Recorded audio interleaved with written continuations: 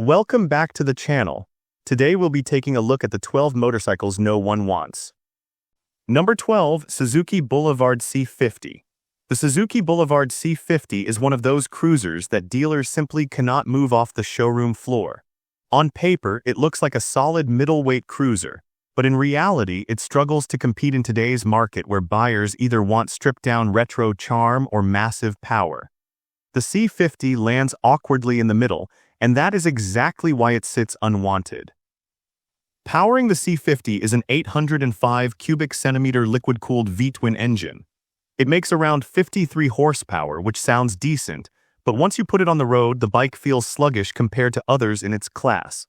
Then comes the price. Brand new, the C50 has floated around $9,000 in recent years. That number feels high when buyers can grab used Harleys or Hondas for less money and still get a bike that holds value better. Dealers often cut prices down into the $7,000 range just to clear inventory, but even then, riders are hesitant. As for reliability, the C50 isn't terrible. With proper care, it can last well over 50,000 miles. But the problem is not how long it runs, it's that few riders want to keep it that long. Overall, the Suzuki Boulevard C50 is a motorcycle stuck in limbo. It is reliable but unexciting, priced too high for what it offers, and falling further down the list of bikes people actually want to ride home. Number 11, Kawasaki Eliminator. The Kawasaki Eliminator was supposed to be a sporty cruiser that blended light handling with everyday usability, but it never quite found its audience in the United States. Riders either wanted a true cruiser with long-haul comfort or a sharp naked bike for city use. The Eliminator tried to sit in both categories, and in the end, it satisfied neither, leaving it as one of the motorcycles that dealers struggle to push out the door. Under the tank, the Eliminator carried a parallel twin engine that made decent power for its size, but nothing about it felt standout. With displacement ranging from 250 to 650 depending on the model year, the bike lacked the presence of bigger cruisers and the speed of lighter street bikes. Even the 650 version, while competent, didn't have enough raw performance to compete with rivals that delivered more excitement for a similar dollar figure. Pricing hasn't helped either. The newer Eliminator versions landed around $6,000 to $7,000, which put them too close to bikes that offered more style, power, and better resale. Owners usually sell them off within a few seasons, and dealerships find themselves discounting heavily to get rid of leftover stock. Overall, the Kawasaki Eliminator is a motorcycle that never carved out a real niche. It lasts, yes, but lasting doesn't mean much when riders keep walking away from it in search of something with more soul. Number 10, BMW R18. The BMW R18 was launched with high expectations, aimed directly at the American cruiser market dominated by Harley-Davidson and Indian. But despite the hype, it turned out to be a bike that most riders in the US simply don't want. Dealers are now stuck with inventory that sits for months, and buyers who do test ride it often walk away unimpressed. The centerpiece of the R18 is its massive 1,802 cubic centimeter boxer engine, the largest BMW has ever built. On paper, it puts out 91 horsepower and over 116 pound-feet of torque, but the size becomes more of a burden than a thrill. At nearly 870 pounds, the R18 feels like a chore to move around at low speeds. Then comes the price tag. The R18 entered US showrooms starting around $17,000, and with options, it easily climbed to over $20,000. For that money, buyers expect a bike that either holds value or commands a strong following, but resale on the R18 is weak. As for durability, the BMW Boxer engines are known to go beyond 70,000 miles if cared for, so longevity isn't the issue.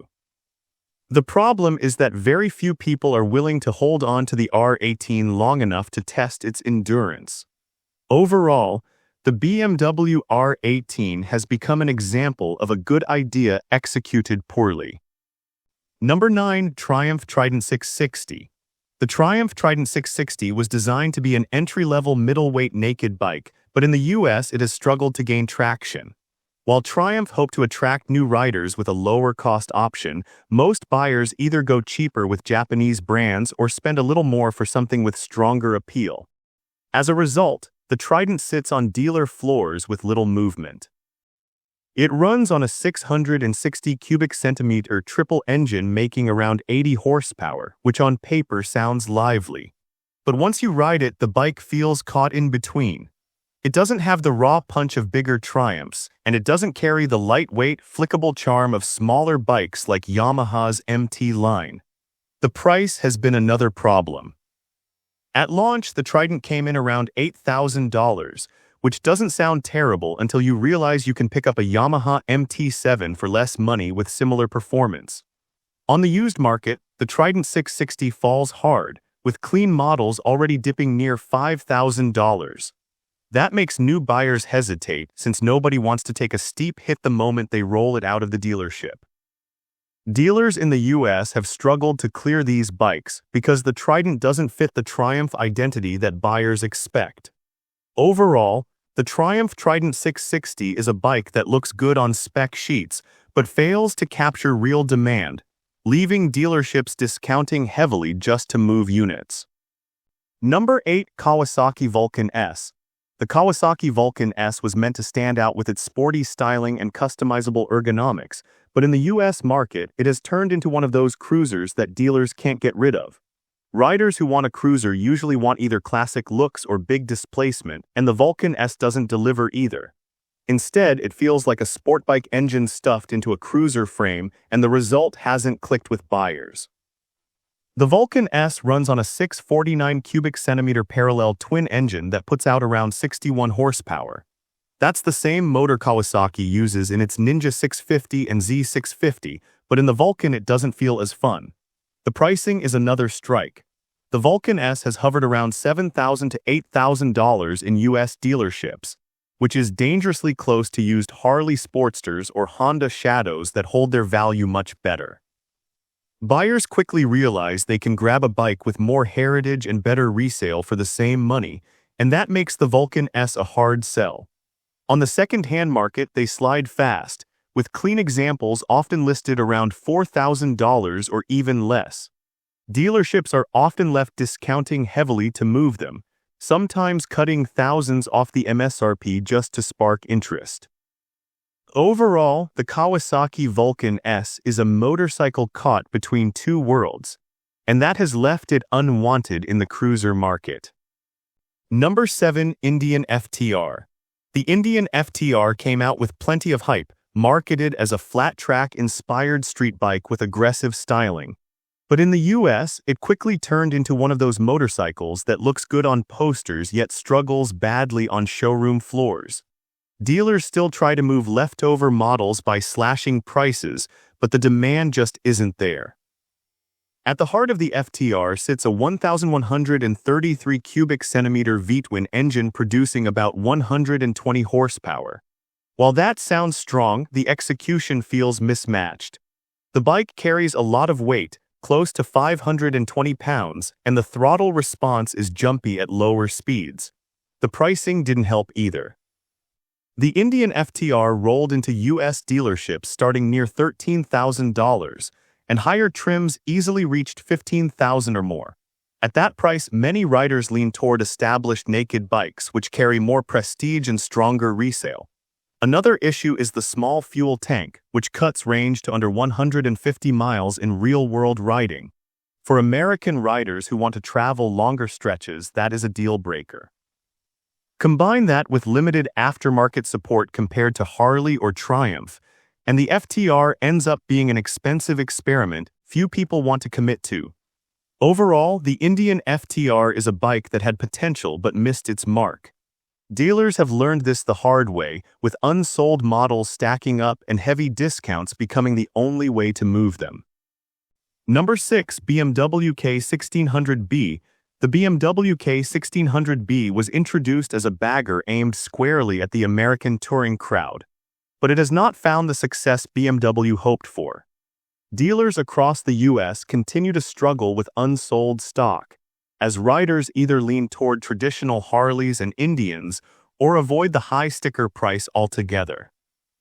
This machine packs a 1,600 cubic centimeter inline-six engine, producing around 160 horsepower with smooth delivery. While that sounds impressive, the reality is that most bagger buyers in the US don't prioritize horsepower. They want comfort, character, and a strong dealer network. The pricing is one of the biggest roadblocks. Starting around $22,000 and climbing closer to $30,000 with options, the K1600B sits in the premium tier.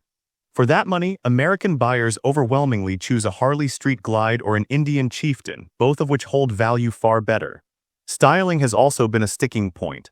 The bike's stretched lines and futuristic look don't appeal to the traditional cruiser market in the US, leaving it without a clear audience. Overall, the BMW K1600B is a motorcycle with engineering excellence, but little emotional pull for American riders. That lack of connection is why dealers are stuck begging riders to take one home. Number 5. Suzuki Boulevard M109R. The Suzuki Boulevard M109R was once marketed as a power cruiser with serious muscle, but today it has become one of the hardest bikes for dealers in the US to sell. It's big, heavy, and intimidating, and the market for a bike like this has shrunk to the point where leftover models are gathering dust in showrooms. The M109R is powered by a 1,783 cubic centimeter V-twin engine producing around 125 horsepower. While it has plenty of raw grunt, the delivery is not smooth, and combined with a curb weight of over 760 pounds, the bike feels more like a handful than a thrill. Price is another sticking point. The M109R has sat in dealerships at around $15,000 brand new, which puts it in direct comparison with Harleys that offer stronger brand pull and much higher resale. Once it rolls into the used market, depreciation hits hard. Clean examples can be found for as low as $7,000, and even then they sit unsold because the pool of buyers is so small. The styling, once bold and futuristic, has aged poorly as well. With its bulky rear tire, oversized tank, and flashy bodywork, it looks like a bike locked in the mid-2000s era of power cruisers. Today, most American buyers prefer either stripped-back retro machines or long-haul tourers, leaving the M109R stranded without an audience. Number 4. Indian Chief. The Indian Chief is one of those bikes that on paper should have been a major competitor in the American cruiser market. But in reality, it hasn't lived up to the expectations, and dealers often find themselves cutting prices just to move them out of the showroom. Despite its heritage nameplate, the Chief hasn't managed to carve out a real identity among today's buyers. It carries a 1,809 cubic centimeter Thunderstroke V-twin engine making around 76 horsepower and 120 pound-feet of torque. While the numbers sound respectable, the Chief struggles with weight, tipping the scales at over 760 pounds. On the road, that heft takes away much of the fun factor, especially for riders who want a cruiser that feels manageable in daily traffic. The Indian Chief has started in the $14,000 range, with higher trims climbing well past $17,000. At those figures, buyers often turn to Harley-Davidson alternatives that carry stronger resale and a more established community. Styling is another divisive factor. The Chief blends modern minimalism with touches of classic cruiser design, but it doesn't capture the same timeless appeal that Harley continues to sell successfully. Overall, the Indian Chief has the specs and the history to matter, but in today's US market, it has become a cruiser that few actually want. Number 3. Triumph Rocket 3. The Triumph Rocket 3 is a motorcycle built around extremes, boasting the largest production engine of any bike in the world, yet despite the raw numbers, it has become a model that US dealers can't seem to move without heavy discounts. Instead of dominating the market, it has ended up as a niche machine that very few riders actually want to commit to. Its three-cylinder engine is a staggering 2,005 cubic centimeters, pushing out around 165 horsepower and an eye-watering 163 pound-feet of torque. While those figures make for wild bragging rights, The Rocket 3 tips the scales at over 760 pounds, and that makes it intimidating both to handle and to own. The pricing lands it in a tough spot too, with price starting near $23,000 and creeping well over $25,000 for certain trims. The Rocket 3 is an expensive gamble. Styling also divides opinions. Its oversized proportions, chunky tires, and futuristic cruiser look don't fit neatly into either the American cruiser scene or the sport touring segment. Overall, the Triumph Rocket 3 is a technical marvel that turns heads but fails to turn into actual sales, leaving it as a motorcycle that feels more like a showroom centerpiece than a ride people genuinely want to take home. Number 2. Indian Scout Bobber. The Indian Scout Bobber was marketed as the lean, stripped-down version of the Scout meant to capture younger riders, but in the US market it hasn't taken off the way Indian hoped. Dealers across the country are stuck with stock they can't move unless they throw in discounts, and even then buyers often hesitate. It carries a 1,133 cubic centimeter liquid-cooled V-twin engine making about 100 horsepower. On paper, that's plenty, but in practice, it feels mismatched with the bike's cruiser build. The Scout Bobber is low and compact, and that sporty motor doesn't mesh well with the awkward ergonomics. For short rides, it feels fine, but once you stretch past an hour in the saddle, the aggressive stance becomes tiring and takes away from what many cruiser riders are looking for. The price hasn't helped its case. Brand new, the Scout Bobber has been listed around $13,000, which plants it directly in competition with Harley-Davidson's Sportster lineup. Buyers know the resale value on Harleys is stronger, and that alone often sways the decision. On the used side, Scout Bobbers dip into the $8,000 range, but even at that point, they can sit for weeks without a serious buyer, showing how soft the demand has become. Overall, the Indian Scout Bobber is a motorcycle that promises a lot, but struggles to deliver on what cruiser buyers actually want. Number 1. Harley-Davidson Nightster. The Harley-Davidson Nightster was introduced as part of Harley's attempt to modernize its lineup and bring in a younger audience, but the gamble hasn't paid off in the US market. Dealers have been left with bikes gathering dust, often needing to offer deep discounts or financing deals to move them out of the showroom. The Nightster runs on Harley's Revolution Max 975 cubic centimeter liquid-cooled V-twin, producing around 90 horsepower. While that's a step forward compared to the older Sportster models, the delivery doesn't quite hit the sweet spot. Riders looking for traditional Harley character complain that it feels too refined and lacks the signature rumble, while those coming from Japanese or European bikes find the performance underwhelming for the money. That middle ground identity has made it tough to find a loyal buyer base. Price is another issue that works against it. With a starting figure near $13,000, the Nightster competes directly against Harley's own iron models on the used market and plenty of Japanese cruisers that cost thousands less. The Nightster was supposed to be Harley's bridge to a new generation, but instead, it has left many riders confused. It doesn't capture the soul of the classic Sportster line, and it doesn't offer enough performance to lure away riders who would otherwise look at naked bikes or sport tourers in the same price bracket. And with this, we have reached the end of this video. Make sure to like it and subscribe the channel for future upcoming videos.